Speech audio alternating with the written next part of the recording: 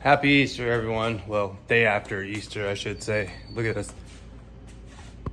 See that big old patch right there? Some a-hole thought it was a good idea to break glass on the beach at the lake. Anyways, happy Easter.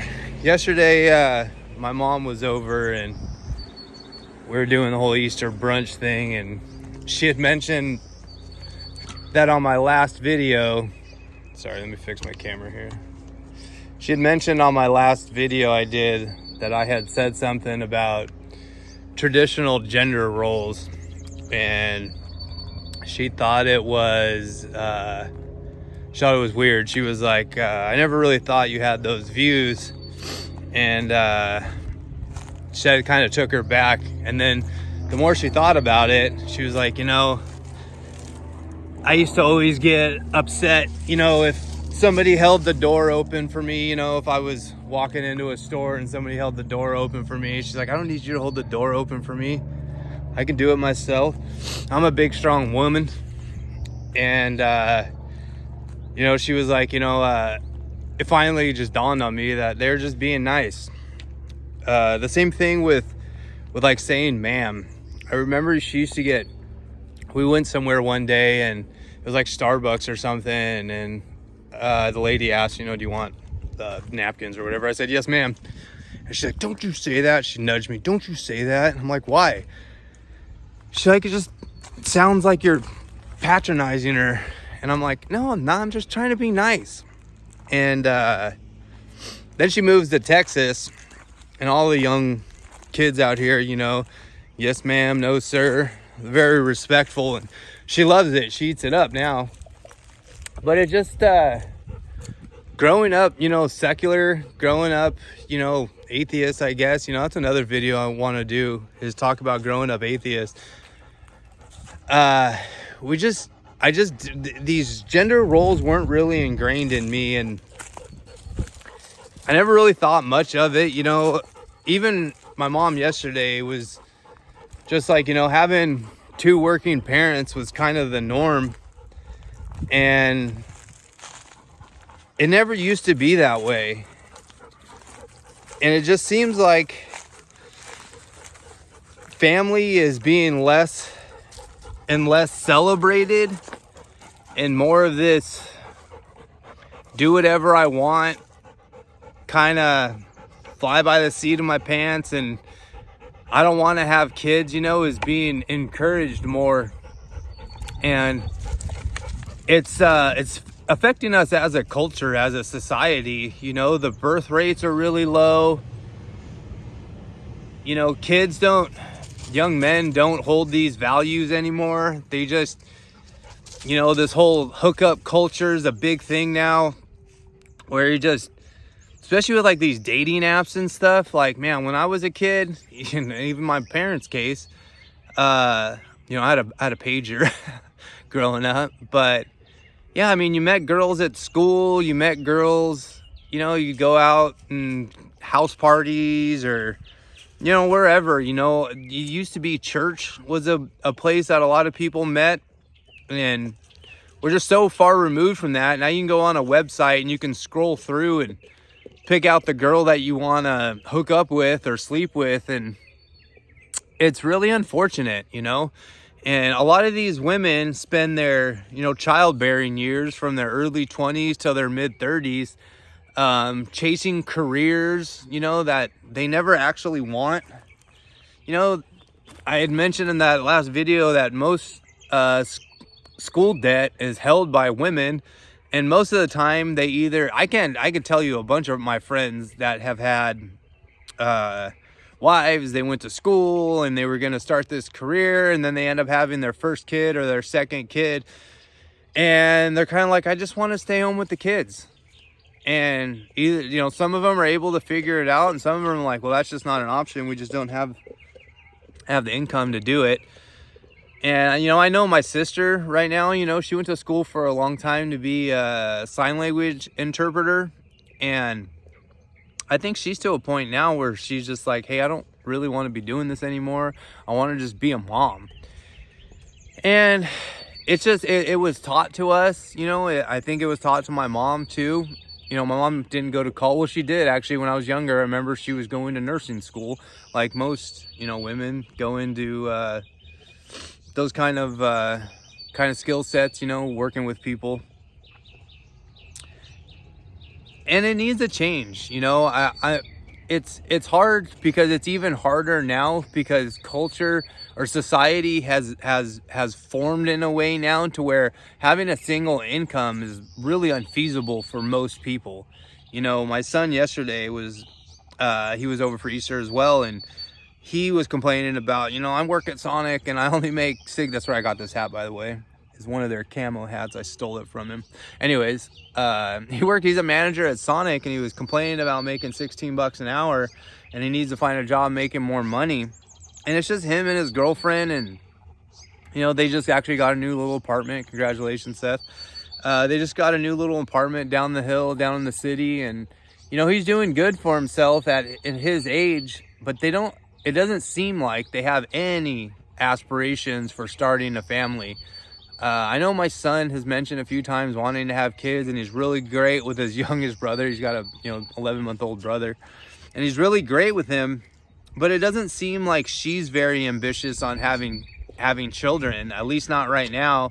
And it worries because she also does like social media stuff. You know, she's making pretty good money at it, doing videos like this, just talking. You know, I guess she gets ready in the morning and sells products and stuff through her TikTok and through her YouTube channel, which is rad.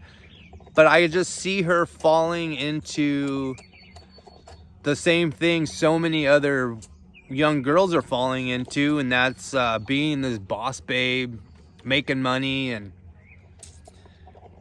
I mean, I think with a creator, you know, like a YouTube channel and stuff like that, it gives you more free time. You know, she can shoot a video. It takes her half an hour, maybe an hour to shoot the video and upload it.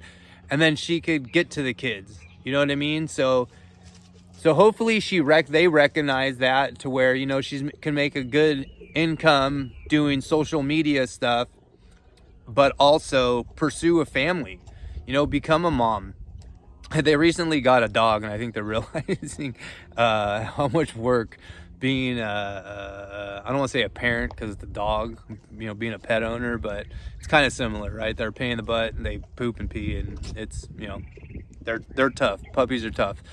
I don't know, man. I really hope that we can shift this culture into valuing family more, and I really wish I had this, you know, awakening a lot younger, but it just wasn't ingrained in me. Like, I never had planned on getting married. I never planned on having kids. I planned on just being a selfish son of a bitch my whole life and just doing what I wanted to do and buying the toys that I wanted to buy. And you know, I was even like that with my oldest son. You know, I have a 20-year-old son, and so I was in my early 20s when we had him, and I'd only want to do things that also entertain me. For like example, I wanted him to get into dirt bike riding because then he could ride his dirt bike while I was out riding my dirt bike and having my fun, as opposed to finding something that he wanted to do and doing that because, you know, I'm being a good father and I'm spending time with him doing things that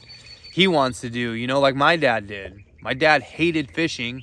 I don't say hated it, but he didn't like fishing. He had no passion for it or desire. But you bet your ass every weekend he was up at 4 o'clock in the morning, 5:30 in the morning, 5 in the morning, taking me to the lake so I could fish, and he would just sit there on his lawn chair and read a book and just let me go at it and fish for hours.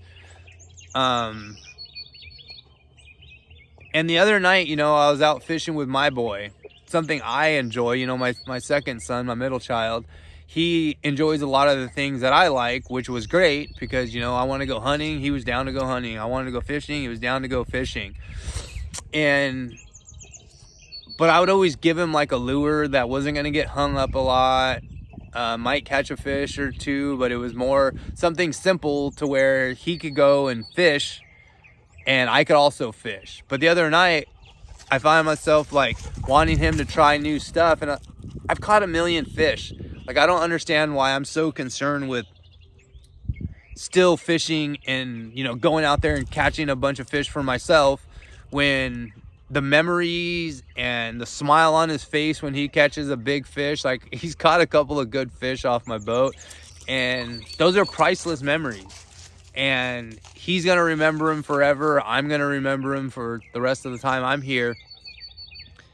And I wish I would, you know, the other night, you know, I was getting him to try new things, and he wants learn a new style of fishing reel that takes a long time to learn. It's called a bait caster. If you guys fish, you know, they're not easy to learn. You know, he's 11. He's more than capable of learning how to do it. And I'm pumped. I'm like, yeah, let's go out. Instead of being annoyed that I'm going to be fixing backlashes and him getting hung up and all this stuff, I want to be a better father. I want to teach him more. I just wish a lot of this had happened earlier. You know, it took me to a lot of, you know, honestly, it took me just getting sober. You know, when you're an addict, you are so self-absorbed with yourself and with your drug of choice that you kind of just overlook everything else that's important. And now that I'm not using really anything, or not really anything, but not using anything, you know, I'm not smoking pot like I was, you know, from sun up to sundown. Obviously, I'm not a heroin addict anymore, and I don't drink. I just find, and now having, you know, a young, you know, 11-month-old at home, I just find myself wanting to be a better example, a better father, and spend more time with them doing things that make them happy and things they'll enjoy and memories that that'll last with them forever. You know, a couple days ago, I did a happy birthday video to my uncle Fernando, and apparently he watched it and he got choked up over some of the memories that I had. He couldn't believe that I remembered him, apparently. And that's one thing I have, is a really good memory. I remember a lot of stuff, for good and bad. I had a boss tell me one time that I was like a little kid, because he would say something and I'd hold him to it. Like a week later, I'm like, we were standing right here and you said that you were going to buy us Starbucks, and he's like, dude, you're like a little fucking kid. How do you remember all this stuff? Sorry about my language.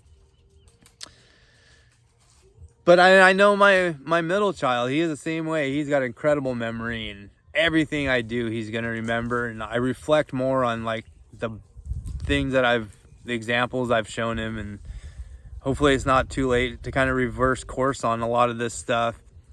But we need more of this. You know, I was telling my daughter-in-law, but my son's girlfriend, that her content, you know, she needs to, you know, a lot of her fan base is younger. You know, a lot of the people that watch her stuff, they're young, you know, young teenage women and stuff.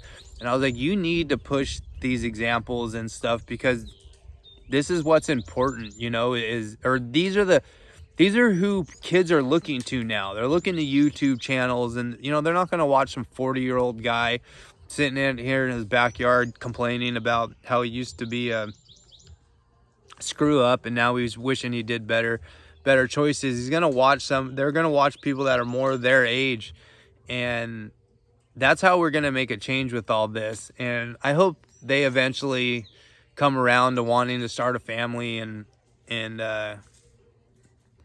know, kind of seeing this through a different lens. And we need to fight back against this whole boss babe mentality. Women's most important job now, in my opinion now, is becoming a mother, raising the next generation of good young men and women, teaching them to cook, teaching them to be, you know, a housekeeper. And yeah, definitely need to shift course on the way we've been doing things, people.